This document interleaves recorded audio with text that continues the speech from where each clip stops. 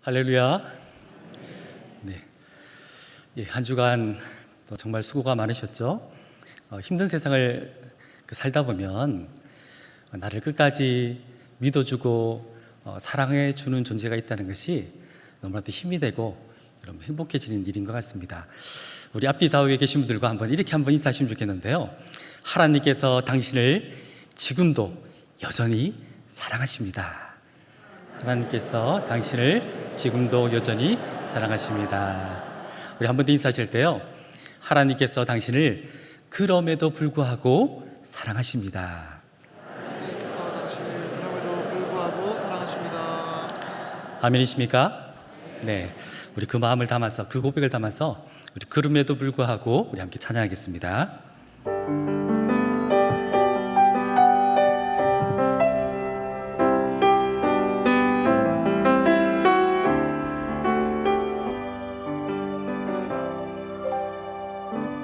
마음속에 어려움이 있을 때, 마음속에 어려움이 있을 때,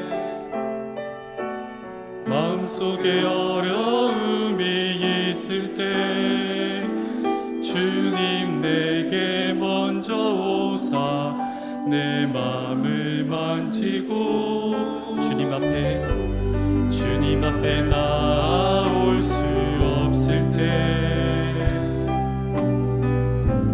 주님 앞에 나올 수 없을 때,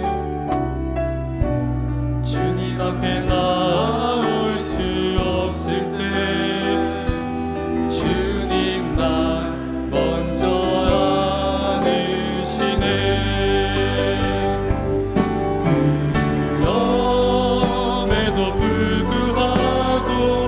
날 사랑하시는 내 하나님의 사랑은 나의 모든 걸 덮고, 그럼에도 불구하고 날 안아주시는 내 하나님을 부를 때 아버지라 부르죠. 마음속에 어려움이 있을 때, 마음속에 어려움이 있을 때, 마음속에 어려움이 있을 때, 주님 내게 먼저 오사 내 마음을 만지고 주님 앞에 나올 수 없을 때, 주님 앞에 나올 수 없을 때, 주님 앞에 나올 수 없을 때, 주님 날 먼저 안으시네. 그럼에도 불구하고 날 사랑하시는 내 하나님의 사랑은 나의 모든 걸 덮고, 그럼에도 불구하고 날 안아주시는 내 하나님을 부를 때 아버지라. 그럼에도 불구하고 날 사랑하시는, 그럼에도 불구하고 날 사랑하시는 내 하나님의 사랑은 나의 모든 걸 덮고, 그럼에도 불구하고 날 안아주시는 내 하나님을 부를 때 아버지라 부르죠. 아멘. 여러분한테 책 한 권을 소개를 좀 해드리려고 하는데요. 여러분 맥도날드, 펩시 이런 기업들 잘 아시죠? 기업의 그 유명한 광고 기획자가 있는데요. 그 기획자인 테리 이서가 쓴 책이 있습니다. 여러분 그 책의 제목이 작업복 차림의 하나님인데요. 이 책이 참 독특한 게 내용도 참 재미있지만 책 자체도 참 재밌어요. 앞에 표지를 보면 작업복 차림의 하나님인데 이 표지를 닫고 다시 이렇게 뒤집어 보면 뭐라고 되어 있는 줄 아십니까? 양복 차림의 하나님 이렇게 되어 있어요. 그래서 마치 책 두 권을 이렇게 붙여놓은 것처럼 이쪽에서 열면 작업복 차림에, 뒤집어서 또 시작하면 양복 차림의 하나님, 이런 두 권의 책이 붙어 있는 그러한 좀 재미있는 책입니다. 오늘 제가 소개하고 싶은 것은 작업복 차림의 하나님이라는 그런 제목에 나와 있는 이야기입니다. 자, 한번 들어보십시오. 나는 하나님을 찾았다. 그러나 결국 하나님이 나를 찾으셨다. 다시는 하나님 없이 살고 싶지 않았다. 하나님을 오른쪽 호주머니 깊숙이 넣어두었다. 필요할 때마다 손을 넣어 하나님을 확인했다. 오른쪽 호주머니가 편했다. 가까운 친구로 바로 찾을 수 있었다. 하지만 사업, 지폐, 또 신용카드, 열쇠 등으로 오른쪽 호주머니가 복잡해지고 있었다. 그래서 나는 하나님을 왼쪽 주머니로 옮기기로 했다. 돈을 꺼내기가 훨씬 쉬워졌다. 생활은 계속되었다. 아이가 태어났다. 큰 집이 필요해서 이사를 했다. 할부금을 갚기 위해 열심히 일을 해야만 했다. 어느새 왼쪽 주머니도 꽉 차서 터질 것만 같았다. 하나님을 오른쪽 뒷주머니로 옮겼다. 뭐랄까, 하나님과 나는 용무가 있을 때만 만나는 그런 사람처럼 되었다. 세월이 계속 흘러갔다. 나는 하나님을 헌바지 주머니에서 새바지 주머니로 옮기는 것을 깜빡 잊었다. 어느 날 내 귀여운 딸이 차에 치이는 사고를 당했다. 수술실 밖에서 기다리는 동안 심장이 터질 것만 같았다. 나는 하나님이 필요했다. 바지 뒷주머니로 손을 넣었지만 거기 계시지 않았다. 하나님, 지금 어디 계신 거예요? 언제나 절 떠나지 않고 제 곁에 계셔야 하는 거 아닌가요? 관심도 없으신 건가요? 제가 하나님을 가장 필요로 할 때 그렇게 사라지시면 하나님이 제게 무슨 소용이 있겠어요? 말씀 좀 하세요, 하나님. 여러분, 이 글을 들으면서 여러분 어떤 생각이 드십니까? 이 책에서는요, 세 가지 질문을 던지고 있는데요. 이 책에 나오는 세 가지 질문을 제가 여러분들한테 한번 해볼 테니까 말씀은 하지 마시고 마음속으로 한번 대답을 해보시면 좋을 것 같습니다. 자, 첫 번째 질문입니다. 여러분의 하나님은 지금 어디에 계신가요? 앞주머니, 뒷주머니, 아니면 헌바지 주머니는 아닌가요? 두 번째 질문입니다. 여러분은 하나님을 처음 만났을 때 그 감격이 지금도 계속 되나요? 자, 마지막 질문인데요. 세 번째 질문입니다. 아니면 급한 용무가 생길 때만 찾는 하나님은 아닌가요? 사랑하는 성도 여러분, 여러분 어떠신가요? 이 세 가지 질문에 대해서 여러분의 답은 무엇이었습니까? 제가 얼마 전에 무릎이 갑자기 심하게 붓고 통증이 생겼습니다. 그래서 제대로 걷지 못하는 상황을 겪었는데요. 도저히 걸을 수가 없어가지고 목발을 찾았어요. 예전에 제가 그 목발을 한번 사용하고 지금은 그 작은 방 구석에다가 넣어뒀던 기억이 나가지고 그 방을 찾아가서 목발을 꺼내가지고 사용을 했었습니다. 감사하게도 여러분 보셨듯이 건강하게 이렇게 걸어서 이걸로 왔습니다. 다 회복이 되었는데요. 그때 이런 생각이 들더라고요. 급할 때 사용했던 그 목발을 다시 그 자리에 두면서 이런 생각을 한번 해봤습니다. 마치 급할 때 찾던 그 목발처럼 내가 하나님을 급할 때만 이용하고 있는 것은 아닐까? 하나님을 급할 때만 찾고 회복이 되면 다시 구석진 곳에, 저 구석진 곳에 던져놓고 잊어버리는 불신앙의 모습이 나에게는 없는가? 사랑하는 성도 여러분, 여러분은 어떠십니까? 사실은 이제 오늘 본문을 이해하려면 사무엘상 이 4장부터 4장, 5장, 6장을 차례대로 살펴봐야 됩니다. 먼저 제가 사무엘상 4장을 한번 이야기를 꺼내보도록 하겠습니다. 사무엘상 4장에서는요, 위기를 만난 이스라엘이 등장을 합니다. 블레셋과의 전쟁이 벌어지는데요, 항우를 펼치면서 그렇게 싸웁니다. 그럼 결과는 어떻게 되었을까요?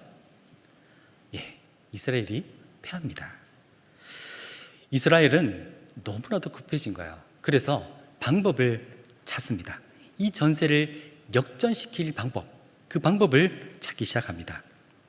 여러분, 마치 우리 조금 전에 읽었던 그 책 내용처럼 위기 상황에 처하자 급하게 하나님을 찾아서 앞주머니, 뒷주머니 뒤지는 그러한 모습입니다. 급하게 목발을 찾듯 하나님을 찾습니다. 그런데 그들이 급하게 찾은 방법이 무엇인 줄 압니까? 그것은 바로 여호와의 궤, 여러분, 언약궤를 찾는 것이었습니다.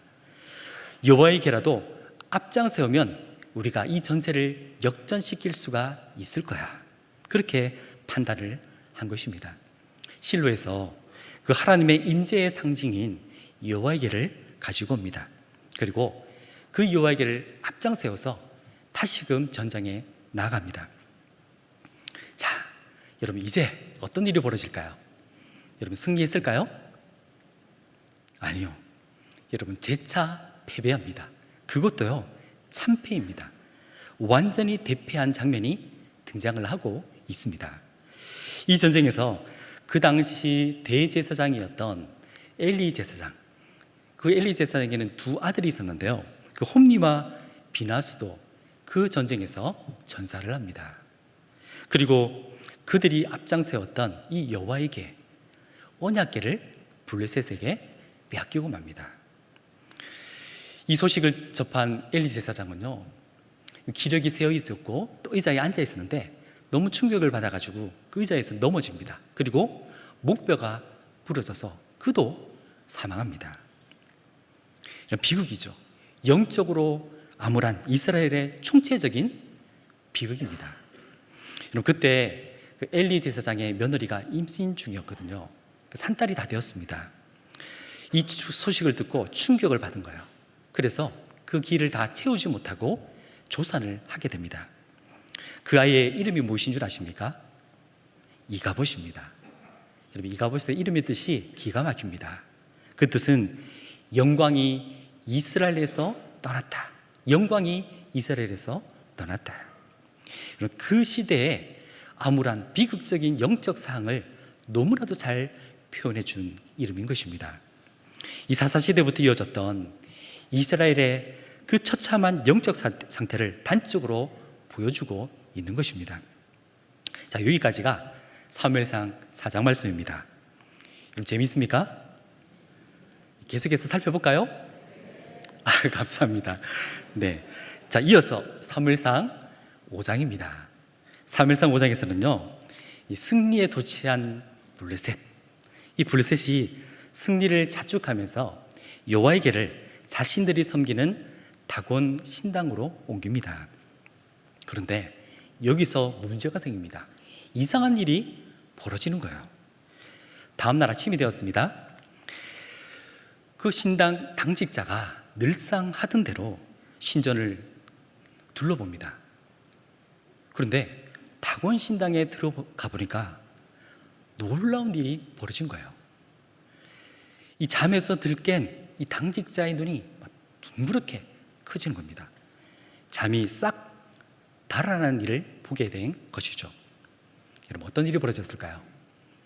그림에 보시는 것처럼 전리품으로 가져와 함께 뒀던 여호와의 궤 앞에 이 다곤 신상이 엎드러져 있는 거예요. 마치 이 여호와의 궤 앞에서 뭐 하는 것처럼? 절하는 것처럼. 여러분, 이런 황당한 일이 생긴 거예요. 밤사이에 지진이 있었나? 다곤 신상이 넘어졌기 때문에 당연히 여러분 신전 관리자가 문책을 받을 위죠. 그러나 시시합니다. 좀 다른 의미를 두지 않고요. 어쨌든 백성들에게 이 일이 새어가지 않도록 입단속을 시킵니다. 그리고 재빨리 복구 작업을 합니다. 물론 그 당시에 최고의 기술자였던 어떤 웬만한 지진에도 끄떡하지 않도록 이런 만반의 조치를 해서 다시 복구를 합니다. 자, 이만하면 됐겠지. 오늘은 진짜 재수가 없네? 그렇게 지나간 겁니다. 그렇게 하루가 저물어 갑니다. 그런데 웬일일까요? 그 다음 날에도 똑같은 일이 벌어진 거예요. 아니, 더 심각한 일이 생깁니다. 이번에는 다곤 신상에 몸뚱이만 남고 다 잘려버린 거예요. 자신들이 섬기는 신상에 일어난 일이기 때문에 여러분 소름이 돋았습니다. 이 다곤 신상에 잘린 머리가 마치 문지방 위에 막 뒹굴고 있었던 것이죠. 여러분, 이 사건은 이제는 입단속을 시킬 수가 없었습니다. 그 시시하던 이 사건이 온 백성들에게 퍼져갑니다. 여러분, 이 사건을 계기로 이 블레셋에 한 가지 전통이 생겼다고 합니다. 여러분, 어떤 전통이지 압니까? 다곤 신전의 문지방을 밟으면 부정탄다. 여러분, 어디서 많이 들어본 거 아닙니까? 많이 듣던 풍습이에요. 우리도 이 문지방을 밟는 것을 금기시하지 않습니까? 제가 확인할 길은 없지만 제가 알기로는 이 문지방을 밟지 못하도록 금기시한 최초의 역사적 사건을 지금 여러분들이 보고 계신 것입니다. 난리가 납니다. 난리가 납니다. 여호와의 개가 블레셋 진영에 들어오고 난 뒤부터 안 좋은 일만 자꾸만 생기는 거예요. 급기야 블레셋 전역으로 독종까지 퍼져갑니다. 고통을 당하게 된 것입니다. 이 모든 일을 여호와의 개 때문인가? 언약궤 때문인가? 라고 연결을 안 지을래야 안 지을 수가 없는 상황이 되고 만 것이죠. 왜냐하면 여호와의 궤가 들어온 날부터 이런 안 좋은 일만 생겼기 때문입니다. 자, 여기까지가 사무엘상 5장입니다. 재미가 있으십니까? 더 할까요? 네, 감사합니다. 여러분의 성원에 힘입어 사무엘상 6장으로 가보도록 하겠습니다. 자, 사무엘상 6장을 보면요, 여호와의 궤가 있는 곳마다 재앙을 당한 바로 이 블레셋 사람들의 반응이 등장을 하고 있습니다. 사무엘상 6장 2절인데요. 여러분, 이 말씀 우리 같이 한번 읽어보겠습니다. 블레셋 사람이 제사장들과 복술자들을 불러서 이르되 우리가 여호와의 궤를 어떻게 앓고 그것을 어떻게 본처로 보낼 것을 우리에게 가르치라. 바로 이 여호와의 궤에 대한 블레셋 사람들의 반응인데요. 우리가 여호와의 궤를 어떻게 앓고, 블레셋 사람들은 이 이스라엘과의 전쟁을 통해서 자신의 신이 하나님을 이겼다라는 착각에 빠져 있었습니다. 항상 전쟁에서 이기면 그 하는 방법대로 자신의 신상 앞에 패전국의 신분을 두고 승리를 자축했던 것입니다. 축배를 높이 들었던 것입니다. 지금까지 다른 수많은 정복지의 신물들은 조용히 가만히 그 자리에 있었습니다. 그러나 여러분, 살아계신 하나님은 달랐습니다. 사랑하는 여러분, 여전히 여호와 하나님은 지금도 살아계시고 역사하시는 분인 줄로 믿습니다. 아무 반응 없는 사람이 만든 신이 결코 아니기 때문입니다. 여호와 하나님은 바로 그 이름의 뜻 그대로 스스로 계신 분입니다. 지금도 이 우주 만물을 다스리시는 유일하시고 살아 역사하시는 하나님인 줄로 믿습니다. 블레셋 사람들은 이 갑작스런 재앙에 두려워 떱니다. 우리가 여호와의 궤를 어떻게 앓고, 우리가 이 여호와의 궤를 어떻게 앓고, 마침내 대책 회의를 소집합니다. 블레셋의 제사장들과 복술자들을 다 모아서 방법을 찾기 시작하는 거예요. 그리고 그들은 결정합니다. 도저히 여기에 두면 안 되겠다. 이 여호와의 궤를 다시 이스라엘 진영으로 돌려보내자. 다시 돌려보내는 것으로 결정을 내립니다. 참 재밌는 것은 이 사람들이 결정은 이렇게 했지만 정말 여호와 궤 때문일까? 여전히 의구심이 풀리지 않는 거예요. 그래서 여러분 묘안을 생각합니다. 여러분 어떤 묘안일까요? 그 여호와의 궤를요 수레를 준비해서 실어요. 그리고 그 수레를 사람이 끄는 것이 아니고 사람이 미는 것도 아니고 소에다가 메어서 소가 끌도록 합니다. 그리고 그 소에게 모든 것을 맡깁니다. 그리고 그 뒤에 어떻게 이어지고 있는지 우리 사무엘상 6장 9절 말씀 같이 한번 읽어보겠습니다. 보아서 걔가 그 본 지경 길로 올라가서 벳세메스로 가면 이 큰 재앙은 그가 우리에게 내린 것이요 그렇지 아니하면 우리를 친 것이 그 손이 아니요 우연히 만난 것인 줄 알리라. 네. 여러분 이때까지도 블레셋 사람들은 긴가민가한 거예요. 의견이 분분했던 겁니다. 야 이건 분명히 이스라엘 신 하나님이 내린 저주야. 아니야 이거는 그냥 우연일 뿐이야. 그래서 그들이 찾은 묘안이 여호와의 궤를 실은 소가 끄는 그 수레가 이스라엘 진영으로 가면 이것은 여호와의 궤 때문에 하나님께서 하신 일이다. 반대로 그쪽으로 가지 않으면 이거는 그냥 우연이야. 여러분 그 묘안을 만들어 낸 것입니다. 사랑하는 여러분, 결과는 어떻게 되었을까요? 여호와의 궤를 실은 수레가 어디로 갔을까요? 너무나도 신기하게도 여러분 목적지를 입력한 최첨단 자율주행 시스템을 장착한 것처럼 그 수레가 곧장 이스라엘 진영인 벳세메스로 가는 거예요. 뒤도 안 돌아보고 옆도 안 돌아보고 가는 거예요. 여러분 이 장면을 보고 있는 그 블레셋 사람들은 섬뜩했을 것입니다. 야, 여호와의 궤 때문이구나. 하나님이 하신 일이구나. 두 번 놀랍니다. 여러분 이 사건은 살아계신 참 신이신 하나님의 무언의 승리인 것입니다. 하나님이 하신 일임을 블레셋 사람들은 너무나도 뼈저리게 느끼게 된 것이죠. 자, 그렇다면 이번에는요 하나님의 백성이라고 불리는 이스라엘의 반응이 등장을 하는데요. 여러분 우리가 블레셋의 반응은 봤잖아요. 그럼 이스라엘의 반응은 어땠을까? 그것도 한번 살펴보겠습니다. 우리 사무엘상 6장 13절 말씀 우리 같이 한번 읽어보겠습니다. 벳세메스 사람들이 골짜기에서 밀을 베다가 눈을 들어 궤를 보고 그것의 보임을 기뻐하더니. 네, 첫 번째 반응은 무엇입니까? 기뻐합니다. 너무나도 기뻐합니다. 그 전쟁을 통해서 빼앗겼던 여호와에게 그 하나님의 임재의 상징인 그 언약궤를 다시 찾아왔으니까 얼마나 기뻤겠습니까? 이스라엘 진영으로 돌아오는 그 여호와에게를 본 벳세메스 사람들은 너무나도 기뻐합니다.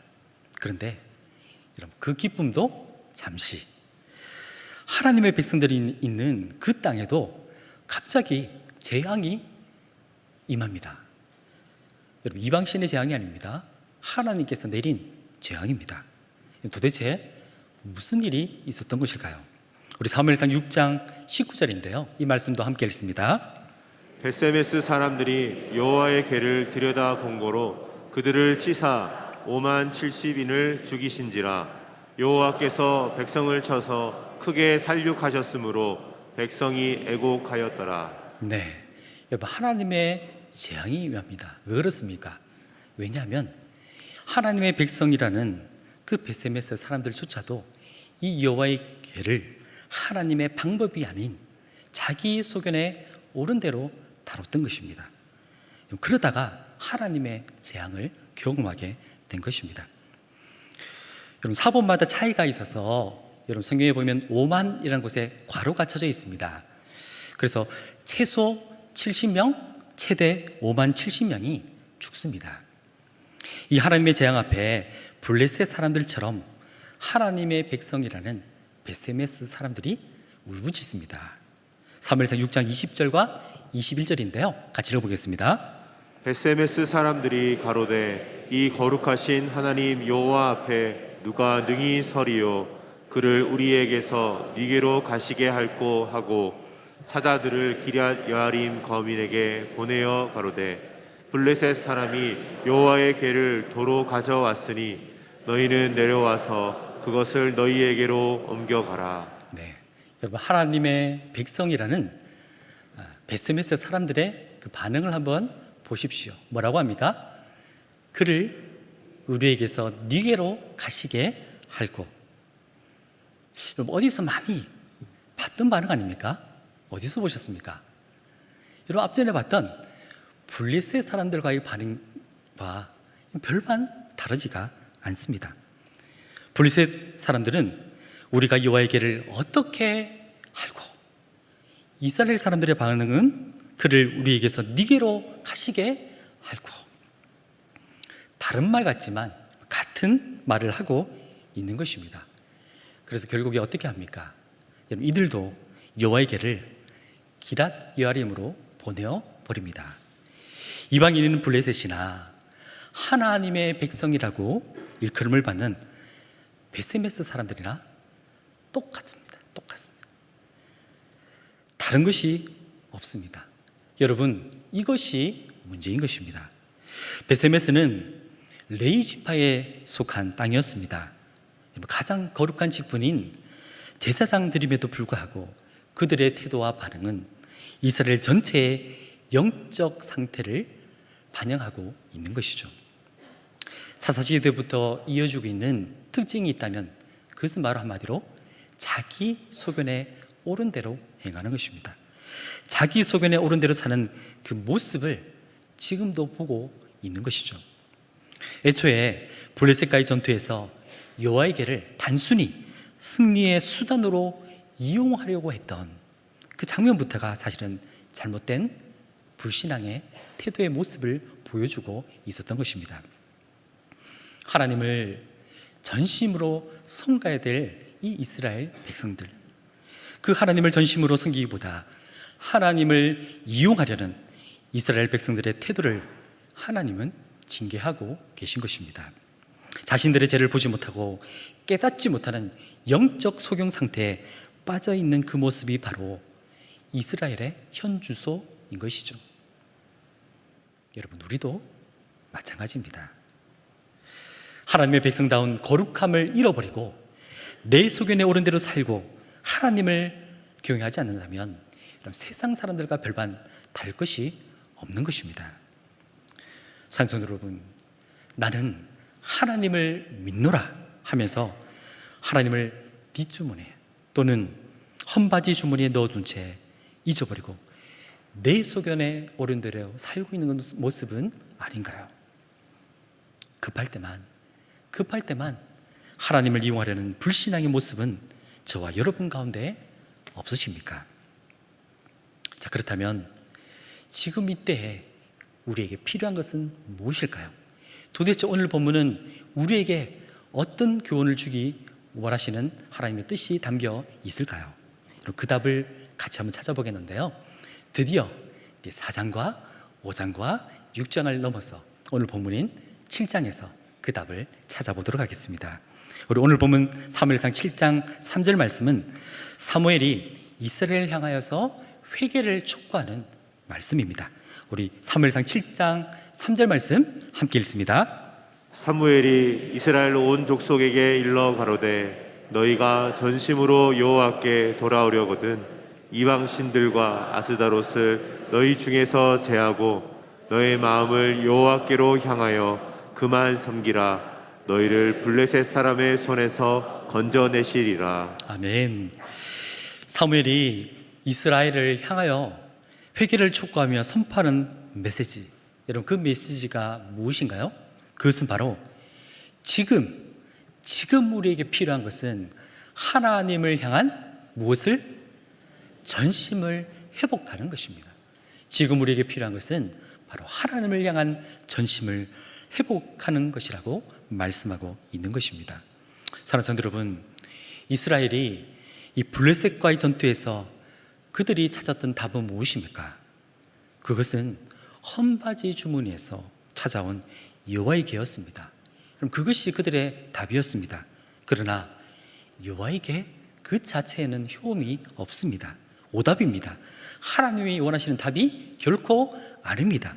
하나님이 원하시는 답은 따로 있었던 것이죠. 그 답은, 하나님이 원하시는 그 답은 바로 전심으로 하나님께 돌아오는 것입니다. 인생의 우상을 제거하고 전심으로 하나님을 구할 때 우리 인생에 승리의 노래가 다시 울려 퍼지게 될 것입니다. 오늘 본문의 이 말씀을 중심으로 철저하게 패배하는 이스라엘이 승리하는 이스라엘로 180도 변하게 됩니다. 사무엘은 이스라엘 백성들을 불러 모아서 미스바 대성회를 엽니다. 그 자리에서 금식을 선포하고 간절히 하나님 앞에 부르짖어 회개합니다. 여러분, 그때 한번 승리를 맛보았던 그 블레셋이 이스라엘 백성들이 그 미스바에 다 모여 있다는 소식을 듣고 다시 치러 옵니다. 그런데 여러분, 이스라엘 백성들은 전과 달라져 있었습니다. 전심을 회복한 이 이스라엘, 겉으로 보기에는 달라진 것이 없어 보입니다. 그런데 분명히 이전과 달랐습니다. 왜냐고요? 여러분, 그들은 하나님을 향한 전심을 회복했기 때문입니다.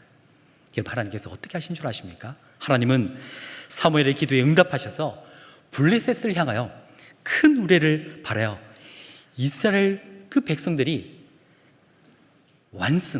승리하도록 하나님께서 축복하십니다. 여러분, 얼마 만에 승리입니까? 우리 사무엘상 7장 14절 말씀 우리 함께 읽어보겠습니다. 블레셋 사람이 이스라엘에게서 빼앗겼던 성읍이 에그론에부터 가드까지 이스라엘에게 회복되니 이스라엘이 그 사방 지경을 블레셋 사람의 손에서 도로 찾았고 또 이스라엘과 아모리 사람 사이에 평화가 있었더라. 아멘. 여러분, 다른 거 달라진 거 없어요. 뭐가 달라졌습니까? 전심을 회복한 거예요. 누구를 향한? 하나님을 향한 전심을 회복했더니 그 인생의 터닝 포인트, 180도 달라진 실패가 승리로 바뀌는 은혜를 잊게 된 것입니다. 여러분, 재미있지 않습니까? 여러분, 꼭 기억하십시오. 우리 다 함께 천천히 한번 읽어보겠습니다. 지금은 하나님을 향한 전심을 회복할 때입니다. 하나님을 향한 전심을 잃어버리면 패배합니다. 하나님을 향한 전심을 회복하면 승리합니다. 하나님과의 관계가 회복되면 다른 모든 것이 회복됩니다. 이것은 분명한 성경의 원리입니다. 아멘이십니까? 사랑하는 성도 여러분, 여러분의 삶도 승리하는 인생으로 그렇게 변화되기를 원하십니까? 그렇다면 여러분, 다른 것 기웃거리거나 찾지 마시고 하나님을 향한 전심을 회복하시기를 바랍니다. 사랑하는 여러분, 그렇다면 도대체 전심을 회복한다는 것이 어떤 의미일까요? 여러분, 오늘 본문에 나타나 있습니다. 간단하게 제가 3가지만 함께 찾아보겠습니다. 자, 첫 번째인데요, 우리 첫째 한번 읽어보겠습니다. 하나님을 삶의 중심에 두는 것입니다. 오늘 본문 사무엘상 7장 3절인데요, 우리 함께 읽겠습니다. 이방 신들과 아스다롯을 너희 중에서 제하고. 네, 여기에 보면 너희 중에서라고 되어 있는데요, 히브리어로 미토케켐입니다. 이 말은 뭐냐면 그 의미가 너희 중심으로부터. 그렇죠? 여러분, 이스라엘 백성들의 그 중심엔 누가 있었습니까? 하나님이 아니고 이방 신들로 가득했습니다. 사랑하는 여러분, 여러분의 삶의 중심에는 하나님 외에 어떤 것으로 채워져 있습니까? 도대체 무엇이 있습니까? 여러분, 이것부터 정리를 하는 것, 그것이 바로 전심을 회복하는 것이라고 말씀하고 있는 것입니다. 하나님 외에 모든 것을 정리하고 하나님을 삶의 중심에 두는 것, 이것이 바로 전심을 회복한다는 첫 번째 의미입니다. 자, 그렇다면 전심을 회복한다는 것, 도대체 어떤 의미일까요? 둘째입니다. 같이 읽습니다. 마음을 하나님께 고정하는 것입니다. 네, 마음을 하나님께 뭐 하는 것? 고정하는 것. 오늘 보면 사무엘상 7장 3절 우리 다시 읽어보겠습니다. 이방 신들과 아르사롯을 너희 중에서 제하고 너의 마음을 여호와께로 향하여. 예, 여호와께로 어떻게 해요? 향하여. 이 향하여는 히브리어로 외하키누입니다. 그 뜻은 고정하다. 전심을 회복한다는 것은 이방 신에게 흔들렸던 그 마음을 누구에게로? 하나님께로 고정한다는 의미입니다. 사랑하는 성도 여러분, 여러분은 요즘 어디에 마음이 빼앗겨 계십니까? 지금도 눈만 감으면 앞에 아른거리는 그 무엇, 아마 그것이 여러분들의 마음을 빼앗아 놓는 것이 아닐까요? 여러분들의 그 흔들리는 마음을 여러분 하나님께 고정하시기 바랍니다.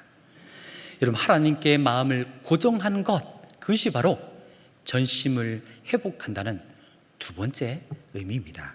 자, 그렇다면 전심을 회복한다는 것 도대체 어떤 의미일까요? 마지막 이 세 번째인데요. 우리 셋째 같이 읽습니다. 하나님만 최고로 높이는 예배자가 되는 것입니다. 네, 하나님만 최고로 높이는 예배자가 되는 것입니다. 오늘 보면 사무엘상 7장 3절 우리 다시 한번 읽습니다. 이방 신들과 아스다롯을 너희 중에서 제하고 너의 마음을 여호와께로 향하여 그만 섬기라. 네, 그만 섬기라. 여러분 섬기라 히브리어로 웨이브두입니다. 여러분 이 의미와 뜻은 뭐냐면요, 이 원형이 있어요. 이 단어의 원형은 아바드인데요, 이 아바드가 바로 예배드리다라는 뜻이에요. 그만 섬기라, 그만 뭐하라? 예배하라. 그죠? 사실 이스라엘 백성들에게는 문제가 있었습니다. 여러분 그 문제가 하나님을 예배하지 않는, 하나님을 섬기지 않는 것이 이스라엘 백성들의 문제일까요? 아니요. 진짜 문제는요, 하나님도 섬기고 이 이방 신도 섬기는데 있었던 것입니다. 그래서 오늘 말씀해 보니까 어떻게 하라고요? 하나님만 섬기라고 말씀하고 있는 것입니다. 이스라엘의 진짜 문제는 하나님도 섬기고 이방 신들도 섬긴다는 것에 있었습니다. 오늘 본문은 분명하게 말씀합니다. 분명한 선을 긋습니다. 하나님과 돈을, 하나님과 세상을, 하나님과 이 세상의 성공을, 이 세상의 가치관을 쫓아서 겸하여 섬기고 있다면 여러분 우리는 알게 모르게 이 이스라엘 백성들의 실패의 전철을 고스란히 밟고 있는 것입니다. 전심을 회복한다는 것은 바로 하나님만 섬기는 것, 하나님만 예배하는 것입니다. 하나님만 예배하는 삶, 그 삶을 사는 것이 전심을 회복하는 것입니다. 하나님만 최고로 높이는 예배자가 되는 것, 그것이 바로 전심을 회복한다는 세 번째 의미인 것입니다. 자, 그렇다면 사랑하는 성도 여러분, 여러분이 요즘 드리는 예배의 모습은 어떤 모습입니까? 오늘 이 시간 이곳에서 드리지는 이 한 번의 예배가 하나님만 섬기고 하나님만 예배하는 그런 최고의 예배를 올려드리는 복된 예배가 될 수 있기를 간절히 축복합니다. 바로 예배는 이 세상과의 관계를 단절하고 하나님과의 관계를 회복하는 시간입니다. 담임 목사님께서 예배에 대한 강조 참 많이 하셨는데요, 그 강조하셨던 것을 우리 함께 읽어보겠습니다. 예배의 성공은 인생의 성공입니다. 예배의 실력이 인생의 실력입니다. 여러분 오늘 본문을 보면 이스라엘 백성들은요 바로 여러분 결단하고 행동으로 옮깁니다. 말씀에 순종합니다. 우리 사무엘상 7장 4절 말씀, 우리 말씀 함께 읽으면서 확인합니다. 이에 이스라엘 자손이 바알들과 아스다롯을 제하고 여호와만 섬기니라. 아멘. 사랑하는 성도 여러분, 오늘 이 자리에서 여러분 결단하십시오. 하나님 앞에서 결단하십시오. 이 예배의 자리가 여러분의 인생의 터닝 포인트가 될 수 있기를 축복합니다. 자, 그렇다면 여러분들에게 제가 세 가지 질문을 드릴 거예요. 그러면 여러분이 정말 마음을 담아서 결단하는 마음으로 한번 읽어보시면 좋을 것 같아요. 제가요 여러분들에게 그죠? 한 100억 정도 있으면 그죠? 막 이렇게 나가실 때 봉투로 이렇게 나눠드리면 참 좋겠는데, 여러분, 저는 하나님께서 복의 근원이시지 제가 하나님을 대신해서 여러분에게 복을 나눠드릴 수는 없어요. 그러나 좀 다른컨대 여러분, 제가 여러분들이 복을 받을 수 있는 기회의 자리는 만들어줄 수 있어요. 그 기회는 드릴 수가 있어요. 여러분, 무슨 의미인지 이해되십니까? 그렇다면 제가 이 시간 여러분들 질문할 때 좀 단순히 그냥 읽지만 마시고, 하나님, 제가 하나님 앞에 서서 분명하게 마음을 정하고 결단합니다. 내 마음을 받아주십시오. 하나님, 저 좀 도와주십시오. 내 인생 이대로 끝나고 싶지 않습니다. 하나님, 회복시켜 주십시오. 여러분, 이러한 간절한 마음에 손을 담고 여러분 하나님 앞에서 여러분들이 결단한 마음으로 한번 읽어보시면 좋겠습니다. 여러분, 준비되셨습니까? 네. 자, 첫 번째 질문입니다. 여러분의 삶의 중심에는 무엇으로 가득합니까? 나는 하나님을 삶의 중심을 두겠습니다. 우리 다시 할 텐데요. 여러분, 제가 복을 나눠드릴 수는 없지만 복을 받을 수 있는 기회는 드릴 수 있다 그랬어요. 여러분, 이 시간, 이 자리가 그 기회인 줄로 믿습니다. 다시 질문할 때 여러분 마음을 담아서 결단한 마음을 읽으시면 좋겠습니다. 우리 하나님께서 여러분의 그 고백에 귀를 기울이고 계신 줄로 믿습니다. 자, 다시 읽겠습니다. 첫 번째 질문입니다. 여러분의 삶의 중심에는 무엇으로 가득합니까? 나는 하나님을 삶의 중심에 두겠습니다. 자, 두 번째 질문입니다. 여러분은 요즘 어디에 마음이 빼앗겨 있습니까? 나는 마음을 하나님께 고정하겠습니다. 네, 여러분, 이제 마지막 질문입니다. 이제 기회는 한 번 남았습니다. 이 기회를 놓치지 마시기 바랍니다. 자, 마지막 질문 드립니다. 요즘 여러분의 예배는 어떤 모습입니까? 나는 하나님만 최고로 높이는 예배자가 되겠습니다. 아멘이십니까? 아멘. 여러분, 하나님께서 지금 여러분이 충심을 다해, 마음을 다해 하나님 앞에서 전심으로 고백하는 이 고백을 받으시고 이 시간 하늘의 축복의 문을 활짝 열어주신 줄로 믿습니다. 말씀을 정리하겠습니다. 최근에 제가 큐티를 하다가 그 큐티에 실려있는 글을 읽었는데요, 너무 도전이 되고 은혜가 되더라고요.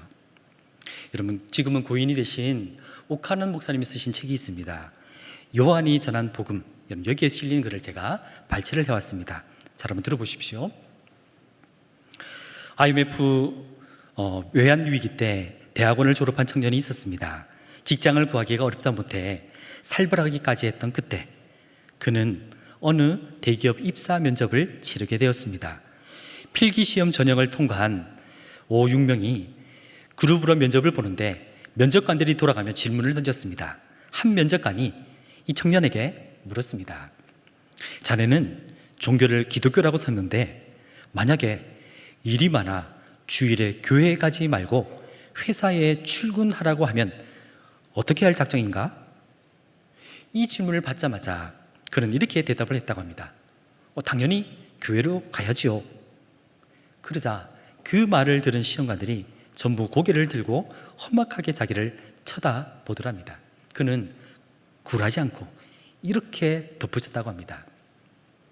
언제라도 쉽게 신념을 배신할 수 있는 사람을 믿어줄 사람은 별로 없을 것입니다. 저는 작은 이익과 타협하지 않고 제가 옳다고 믿는 바를 지키겠습니다. 제가 믿는 하나님께 충성하듯 회사를 위해서도 신실하게 충성할 것입니다. 여러분이 사장이라면 어떻게 하시겠습니까? 합격입니까? 불합격입니까? 여러분, 그 이후에 몇 명 뽑지 않는 그곳에서 합격이라는 통지를 받았다고 합니다. 그리고 이 옥가는 목사님께서요, 이 이야기에 이런 글로 마무리를 하시는데요. 자, 한번 들어보십시오. 믿음이 중요하다고 말하면서도 회사 일이 더 중요하고 먹고 사는 것이 더 중요하다고 생각하지는 않습니까? 만왕의 왕이신 하나님의 자녀답게 담대해지십시오. 비굴하게 굴면 세상이 우리를 멸시합니다. 하나님 말씀을 버리는 사람은 하나님이 버리셔도 하나님 말씀을 경외하고 지키는 사람은 하나님이 반드시 높여 주십니다. 할렐루야. 사랑하는 성도 여러분, 우리가 믿는 그 하나님께 충성하시기 바랍니다. 전심으로 섬기십시오. 그때 하나님은 전심으로 우리를 도와주시고 높여주실 줄로 믿습니다. 오늘 본문은 바로 이스라엘 역사의 운명을 바꾸는 전환점이 되는 말씀입니다. 블레셋의 줄곧 패배하는 운명에서 드디어 승리를 경험하는 터닝포인트가 되는 이 열쇠를 제공하는 말씀입니다. 사랑하는 성도 여러분, 오늘을 살아가는 우리도 마찬가지입니다. 지금 여러분 인생에 터닝포인트가 필요하지 않으십니까? 그렇다면 하나님을 향한 전심을 회복하시기를 바랍니다. 여러분, 그렇다면 전심을 회복한다는 것, 도대체 어떤 의미일까요? 우리 정리하겠습니다. 첫째, 삶의 중심에 두는 것입니다. 둘째, 하나님을 두는 것입니다. 자, 마지막 셋째, 하나님만 최고로 높이는 예배자가 되는 것입니다.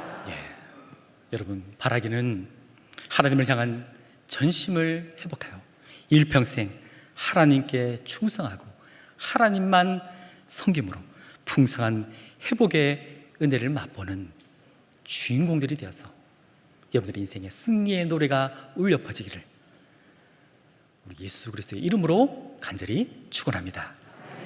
오늘 말씀을 기억하며 우리 같이 한번 찬양할 텐데요. 나는 믿네라는 찬양입니다. 우리 이 찬양을 고백할 때 정말 가사를 생각하시면서 나는 믿네 주의 능력으로 내 삶 새롭게 되리. 나는 믿네 주의 능력으로 담대히 나아가리. 주와 함께 싸워 승리하리라. 날마다 믿음으로 나 이 땅 가운데서 살아가 승리의 노래를 부르리라. 여러분, 이런 믿음의 고백으로 우리 같이 한번 찬양하겠습니다.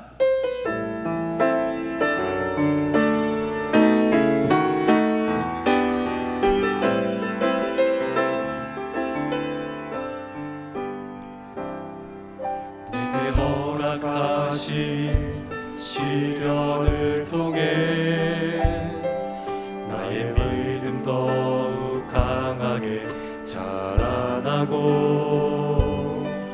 험한 산과 골짜기 지나는 동안 주께 더 가까이 나를 이끄시네.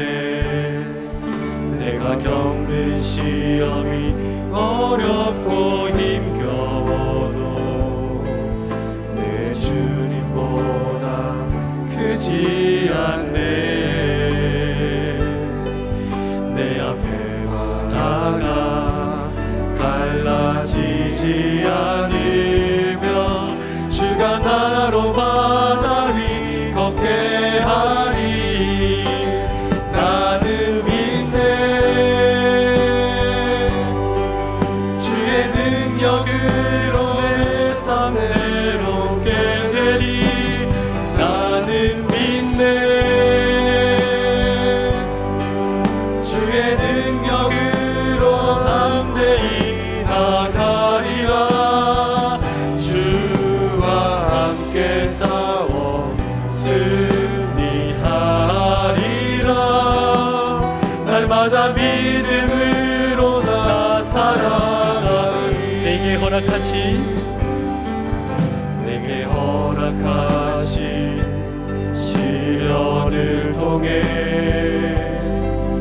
나의 믿음 더욱 강하게 자라나고 험한 산과 골짜기 지나는 동안 주께 더 가까이 나를 겪는 시험이 어렵고 힘겨워도 내 주님보다 크지 않네. 내 앞에 바다가 갈라지지 않으면 주가 나로 바다 위 걷게